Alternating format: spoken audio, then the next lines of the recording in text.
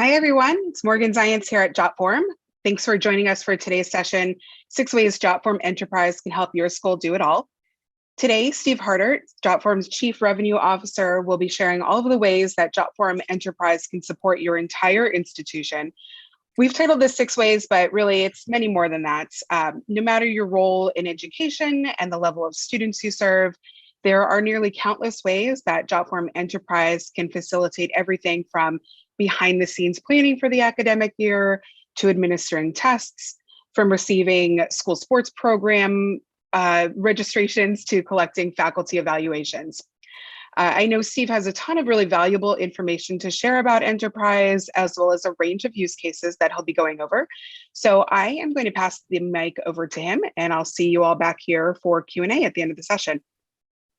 Okay. Thank you, Morgan. And kind of give you a brief introduction of what we're going to talk about today. We're going to give a little bit of background on Jotform Enterprise, what it's all about, talk to them about some of the features, and then we're going to take the dive into how our education customers are using it. And then we'll take any questions that we have from many of our viewers. So why don't we kind of just move into the into some of the background, just a little bit about Jotform itself, if you're not familiar with us. We've been around for 15 years. We started in 2006. We're based here in San Francisco.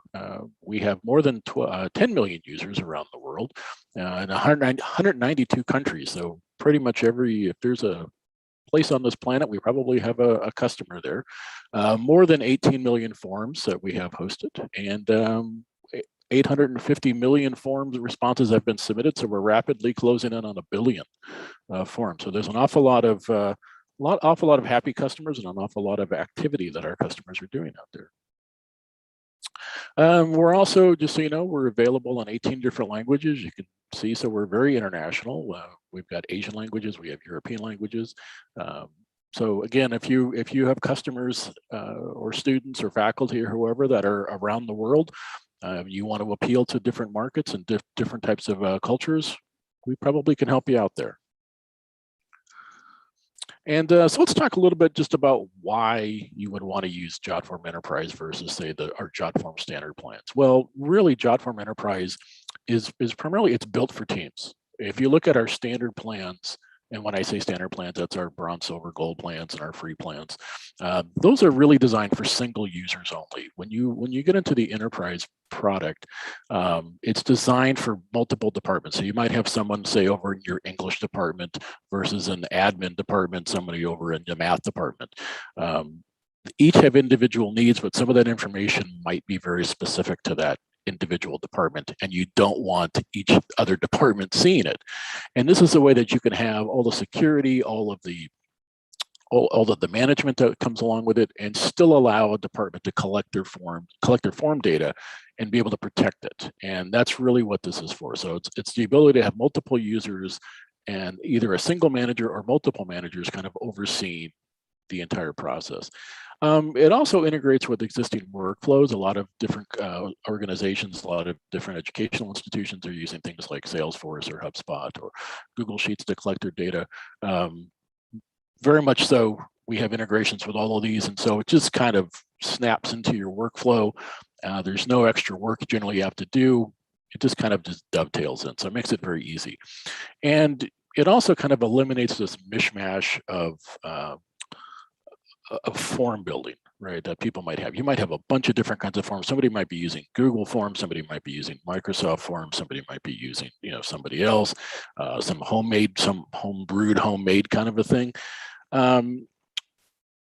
What you want to have is a nice streamlined process of how people can actually build forms and collect data, right? So you might be collecting data from students, you might be collecting data from faculty, from parents, from other administrators, from other teachers, from other schools. I mean, it's really kind of runs this whole gamut of it.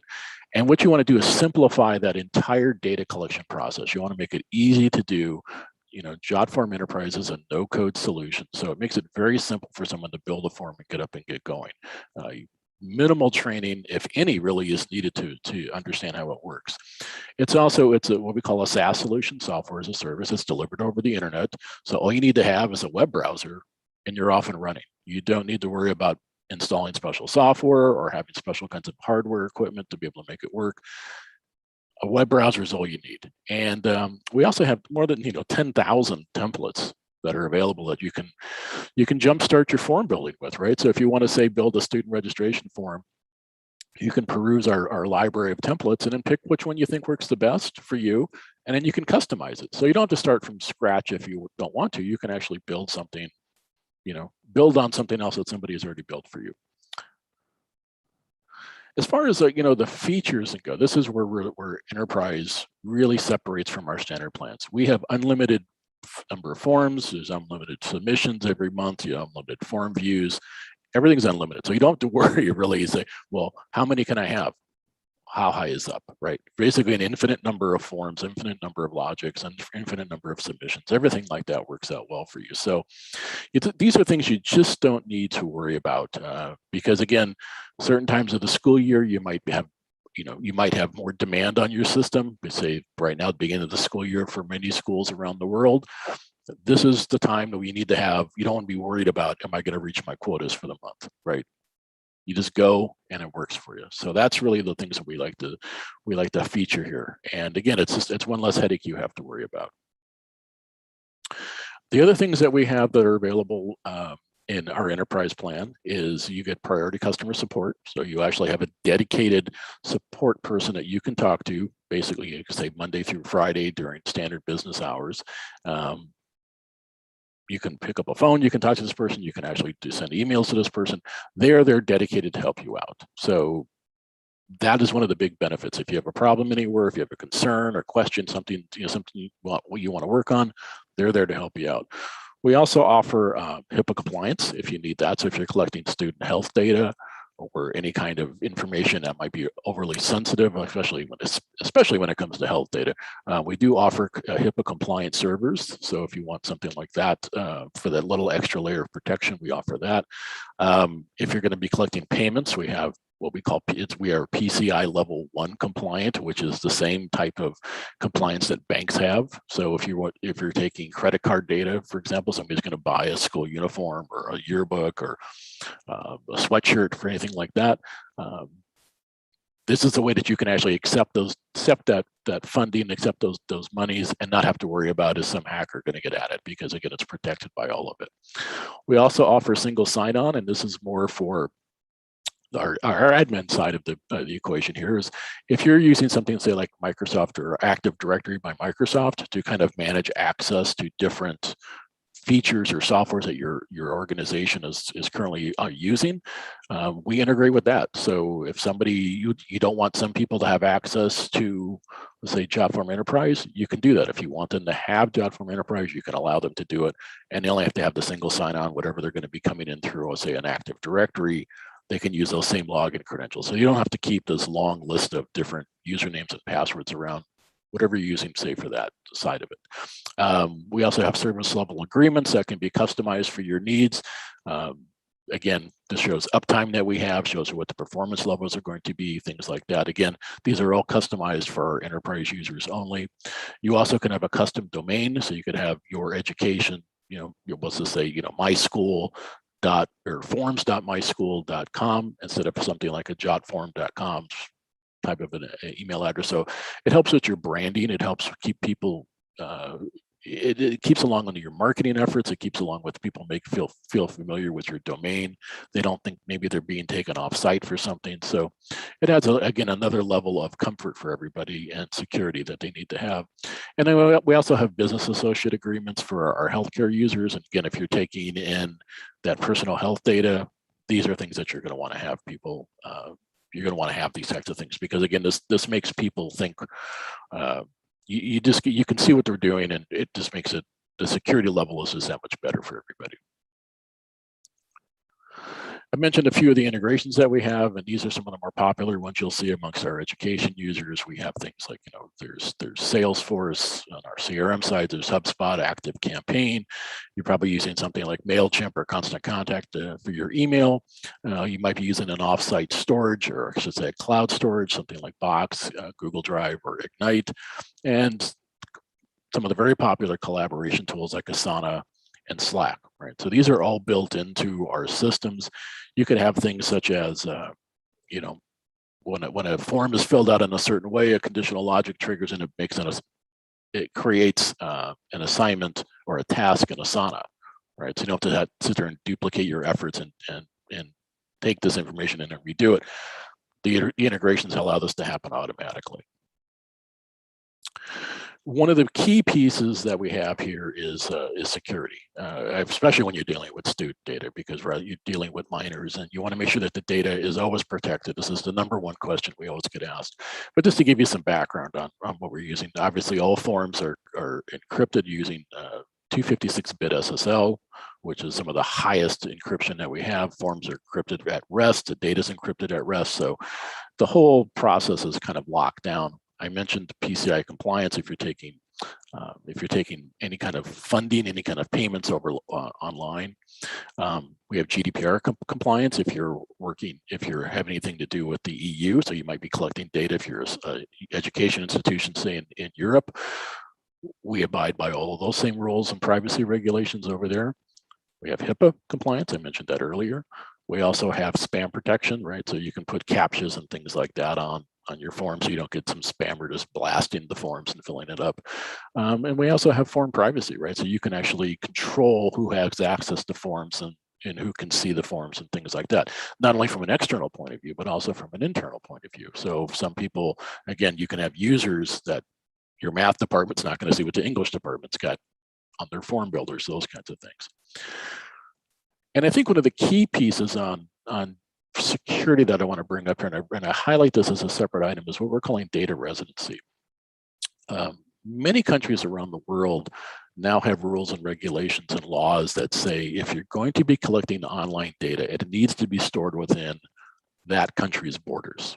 Right, so if you're in Canada, Australia, there's some European countries, there's some African countries that have these rules. This is a very big concern for companies or for educational institutions, and they want to make sure that that data is protected. Well, Jotform has this, right? We have servers all over the world. We work with things like Google Cloud, AWS, some of the larger server companies that are out there, and we actually can have your data stored within those borders. So for example, if you're a university in Australia and you want to make sure your data is stored down there, we have a data center in Australia. So the data is not going to be leaving Australia. Same thing in Canada, same thing in, say, in EU. These are things that are very popular and very much in demand by our users. And we like to highlight this because it's one of the #1 questions we always get. So very important. If you have any questions on this, our sales team would be more than happy to answer this. We have lots of documentation. We can show we can actually show you the cities these are based in. So if you have any of those questions, we're more happy to answer them out for you. Also want to highlight just our API that we have. This is something that's very important for if you want to take a really, really deep dive into Jotform and its capabilities. The API, we have a published API, and we actually have all of the technical documentation to go with it, but it allows an educational institution to actually kind of create custom widgets and apps. So if you might have something in the background that you really need to have, say, an appointment maker, right? We have those available, but if you have something that's really specific to your needs, you may want to make your own. And this is a way that you can actually make your own widgets and apps to kind of enhance your form capabilities. You can use it to populate fields, or it can back and forth to an existing database and pull the data up. So if somebody logs in once, they can update. Let's say you're a parent and you want to make sure that your student, their child's information has been updated because you moved location. They can just log in, pre-populates the field, and then they can go ahead and just put in, say, the new address. You can also take data from different forms, right? So you might have address over here, contact information over here, school information over here. All that can be combined into it. And then you can also use it to just import all of the data submissions into one big report if that's what you need to have. Again, the API is a super, super powerful tool. And again, it's very popular amongst a lot of institutions because they have very specific needs that are really, really just very specific to their use case. And it's a way that they can actually go in and really fine tune and customize those forms for their specific needs. I mentioned earlier we have SSO for login for forms, and again, this is a very big security issue for our users, and they want to make sure they have this ability because they want to control who has access to the forms, who has access to form submission data, because it may be very private, it may be very sensitive types of information. But by using it, it allows people, to access forms and form data. So you may have people that want to view and submit form data, right? So somebody's going to log in if they're an external person, they're on your database. They put in their username and password, it's going to pull it all up, right? So they can view and submit that form data. They could be working internally, they could be working externally. They could look at form submission data, right? They might want to only look at some form submission data, so you can block out who can see what pieces of it, things like that. You can also have people go back in later and edit submissions. And this is what I talked about earlier about a parent may want to come in there and update their address because they've moved or something like that. And you can also save as a draft and continue later, right? So sometimes you don't have all the information at your fingertips and you wanted to save it. You can come back, you can log back in later and just finish and continue on and finish updating that information if that's what you need to do. One of the key pieces, I think, also on this is our mobile capabilities. Especially in the student world, they're always on their phones, if they're on their tablets, if they're on a computer. But this allows people to fill out information and fill the forms out wherever they might be at, right? So you can make a form, and our forms are dynamic, so you don't have to create a desktop version, a tablet version, and a mobile phone version. You create it once, and it's going to be able to work in all these different environments. So this allows you to be out there wherever your parents are, wherever your teachers are, wherever your students are, and you can just sit there and be collecting that data, right? So you may be, say, at a football game or a soccer game, and you want to have students as they're coming in, they want to purchase something at this, oh, you've got a new sweatshirt for the school, and they want to buy it right there on the spot. Well, you can use a cell phone, right? You can use a mobile phone, and you can actually fill out that order form right there on the spot. If you're checking off rosters or student field trips, you want to double check things. This is a great way that you can have all this information working remotely. You don't need to be at a computer to make this stuff work. So again, the big keys on this thing, it's flexibility, it's convenience. You reduce an awful lot of paper usage, right? You don't have to worry about having paper forms, and you can collect data on the go, right? Even if you don't have a cell signal, the data will store on the phone, and then as soon as you get a cell signal or you're back on a Wi-Fi signal to the internet, that data then gets updated, right? So it's updated in real time if you've got a connection, and if you don't, it will store it and connect back to it once you have everything sitting up there. I want to talk a little bit just about some of who our current users are. You can see we've got a very international flavor to Jotform Enterprise on for our education users. We've got users in Africa. We have down in we call APAC, so Asia Pacific. So you got Australia, New Zealand, in Asian countries. We've got up in Canada. We've got schools in the Caribbean, and you can see we've got a fairly long list here in the U.S. And it ranges anywhere from, say, a major university to, say, maybe a local high school, to an elementary school, all the way to a Department of Education, right? So it runs the gamut, the depth of however an education institution may want to work with it. We can provide that type of service for you. So some people say, well, maybe we're not big enough. Well, you might be. And we don't want people to think that they need to have tens of thousands of users. We can start with 5 users, and you can build up as you need to go from there. So whatever your type of situation might be, we probably can help you out on that front. So let me talk a little bit about just some of the use cases and how our education institutions are actually using Jotform Enterprise. It's quite interesting how they do. So we've got people using for registration, surveys. You can apply. You can do testing online, so you can actually have a quiz or an exam multiple choice, or you can take essays or something like that with it. People using it to turn in homework assignments, right? So you can actually have an assignment set up. People can attach a Google Doc link, or they can submit a Word doc or a PDF form. We mentioned e-commerce. You can sell items through it. So people are using it for registration. They're selling things through it. You can also use it for an approval process. So internally, if you want to actually have somebody signing off on like an invoice, right? So somebody bought 10,000 basketballs, and somebody might want to, okay, it's got to go through the approval process. Once person A submits it, then person B has to approve it, and once person B approves it, then it goes to person C for the final. But person C will not see it until B actually signs off on it. So you can have this whole formalized approval process digitized that you probably are doing right now via paper. And so what does all this mean, right? Well, for example, you saw on the previous screen that Juilliard is the Juilliard School in New York City is one of our users. Well, they're using us for a lot of different types of things, right? One of them is they're using for COVID vaccine status, right? COVID is still with us right now, and they want to make sure that if you're going to be on campus, you're going to be in the classroom.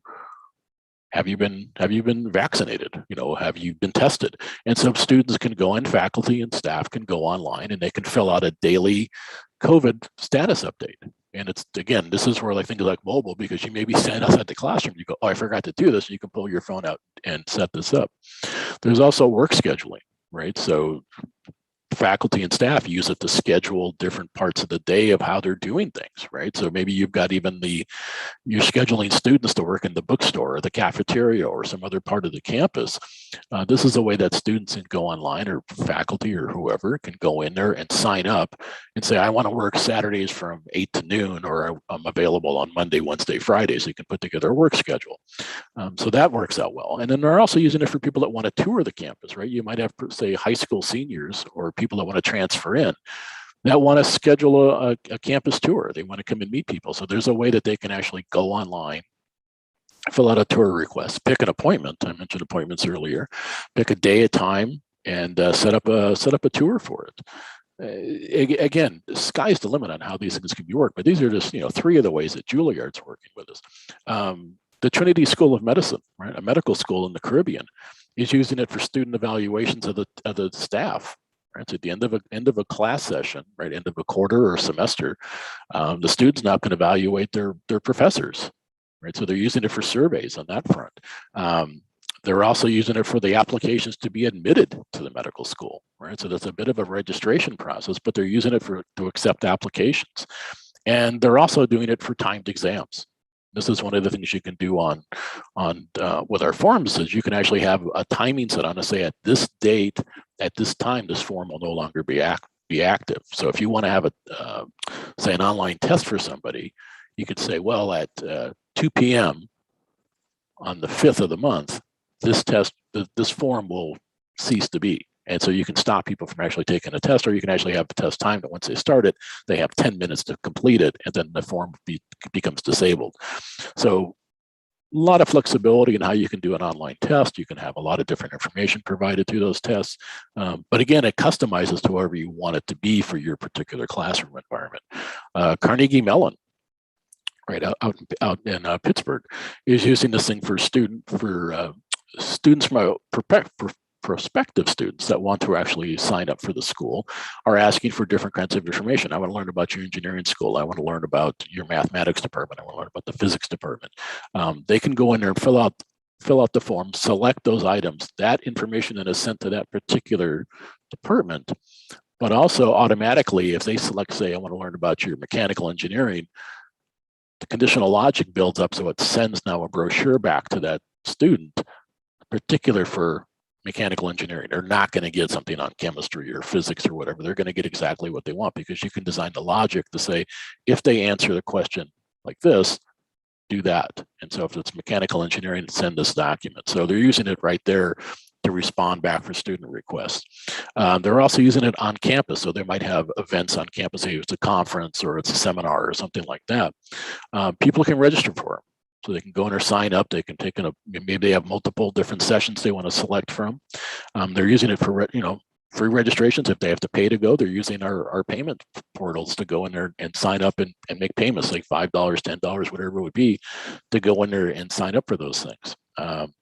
And then they also have different on-campus types of registrations, right? So maybe you're going to be signing up for a sports team, or you're going to sign up for a student club or something like that. They're using it in that front to help develop all that kind of, just that online presence to get people to go in there and sign up for and register for different kinds of activities. And the last one I want to mention here is just the University of Texas, right, in San Antonio, they're also using it for COVID, but they're using it to register people for vaccine appointments, right? So people that want to come to campus and they want to be a student there, and they don't have a vaccine. This is a way that they can. The school is actually offering the COVID vaccines, and this is a way that they can go in there and then sign up and get an appointment and get vaccinated and then attend school. They're using something very similar to what Carnegie Mellon is doing, but people want specific information about an academic program. They can go in there and they can say, I want to hear about your English department, I hear about your theater arts, I want to hear about your math, I want to hear about chemistry. They can go in there and pull more information. So they're using this thing as a marketing tool, right, to respond back. And then now that information is then sent to that particular department.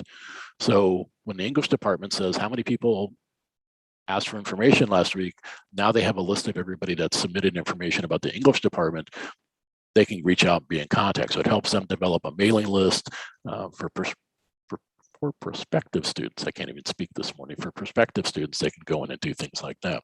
And then I think one of the fun things they did is internally, between staff and students, they used it as a kind of a contest. They had a holiday card design contest. And so people actually registered and submitted their designs through that. So they used it for some fun stuff too. So it wasn't just, oh, it's all academic or it's all this. You can use this for some fun and collect all that kind of information that way. So again, and if you look at our use cases, they're all over the place, right? I mean, people are using it for, like I mentioned, registration, surveys, tests. That is the flexibility of the product. It's not very, people look at it and go, I can only use it for this. If you can imagine it, you probably can build it in a form. And that's really, I think, one of the magic components of Jotform Enterprise. And that flexibility is you're really only kind of limited by your imagination. There's really nothing that's going to be holding you back on any of those fronts. So that's really the end of it right now. But I think Morgan, I think we have a couple of questions came in from some of our viewers, didn't we? Yeah, well, thank you, Steve. That was great. We did have a couple of questions come in, and if you have any questions now, you're welcome to drop them into that Q&A box as well. I guess this is a good one. We'd love to hear what you have to say about this. Are schools eligible for any discounts? Yeah, they are, as a matter of fact. If you're a university or any kind of education facility, you're allowed, or not allowed, we give you a 30% discount, right? So you save some money on there. So it's nice to say we know education budgets are not what everybody wishes they could be, but we'll help you save a little bit of money along the way. Awesome, great. That is, I know that's helpful for a lot of institutions. Let's see. Something from a current BSG user, maybe they're a free user. If I am currently a user and I upgrade to Enterprise, what happens to all of the forms and submission data that I already had? Not a worry. All of your form submission data and your forms can be migrated over. Be honest with you, we do it in the middle of the night. There's a little bit like 5 minutes of downtime while everything is being moved over, but you will not lose any of your forms or any of your data. So when you log back in, you'll pick up right where you left off. Great, thank you. I know you talked a bit about student data security. Would you mind just summarizing all of the different ways Jotform keeps data secure, especially in this context for students? Oh, sure. Yeah, I mean, first and foremost, we never sell or provide any external group the data that you collect, right? I think that's one of the questions people always ask is this data for sale at some point? No, we do not do that. But on the other side of that, it's all the information, all that submission data is encrypted, right? So we use 256-bit encryption. So the data is always protected on that front. On our enterprise plans, you have your own standalone server, so you're not on the shared server, so you have your own server. So it's protected on that front. We offer the HIPAA compliance, right? So if you need that extra kind of push on security because you're collecting health data, we offer that too. So I think those are the key parts that we are also always asked by an educational institution, and we think that. And we try to talk about those a lot because it's one of the most important pieces that we have. Yeah, I think HIPAA compliance is something that maybe people don't always immediately think of when it comes to education, but I think you had a number of use cases there where HIPAA is certainly very helpful and necessary to have. So that is great. Thank you. Sure. Just a few more questions. There's one about data residency, which I know that you had talked about a little bit as well. But again, would you mind summarizing? I work in Canada and we have laws regarding data within our borders. So could you talk a little bit, just kind of summarize that point again? Yeah, definitely. I mean, again, for our Canadian customers, we have servers located within the Canadian borders, right? So we have them in Toronto, we have some in Montreal, I believe, and your data can be stored within Canada. You don't need to worry about it being stored in the U.S. or stored on an Australian server or anything like that. The data is stored there. You get to actually pick the. We have multiple cities in a certain region. You might actually say, "Oh, I want it in Toronto versus, say, Montreal or Quebec or anything like that." Quebec is a state. It's not a city, but you know what I mean. So people can actually sit there and pick where they want to have it if given that option. Great. And then I think this is the last question. Is there a minimum user requirement, and what if that changes at some point? If they want to add users down the line, they start with one department and want to add multiple departments. Can you talk about that? Yeah, sure. I mean, we have a minimum user requirement of 5. So if you want to start in, you have to have at least 5 users. I mean, some people start with 4, but the 5 is where the minimum number you can purchase to start with. You come in with that. Again, you're on your own dedicated server.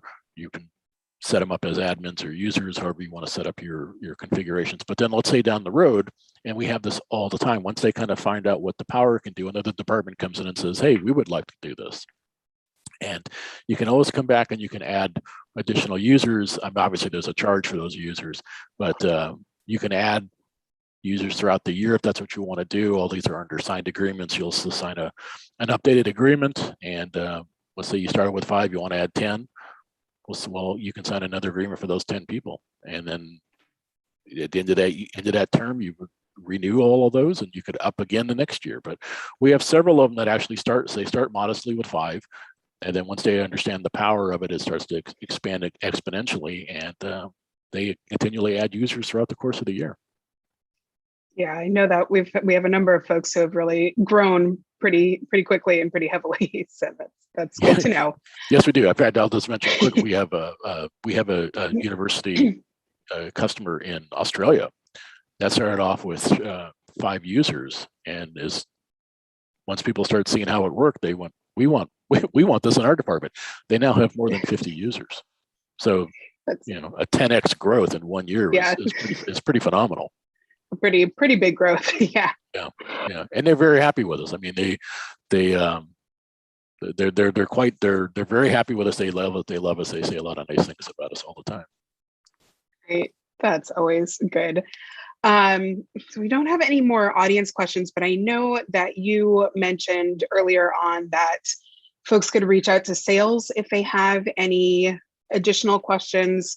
Do you want to just end this with giving people some information about how to get in touch with sales? Yeah, definitely. If you just go to jotform.com/enterprise, you will see a link there that says contact sales, and you can fill out the form that's there. Give us some basic information about who you are, what your organization is, some contact information, and if you have any comments or questions, fill that out. You get sent to us, and we'll turn it over to the proper regional salesperson for your area, and we go from there. Great. Yeah. So jotform.com/enterprise should get you everything you need. And on that note, I think that about wraps it up. I did want to mention that if you are an educator and this has piqued your interest in Jotform, next week, same time, we will be doing another webinar that shows a number of the different form templates. Steve mentioned we have over 10,000 templates available. So a number of the different form templates that educators are using and how you can use them, as well as a number of different Jotform tools that can really facilitate what's going on in the classroom, no matter, if you're teaching kindergarten through university or whatever the case may be. So stay tuned for more information on that.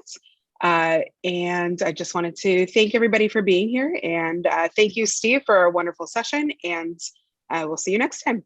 Bye. Thank you.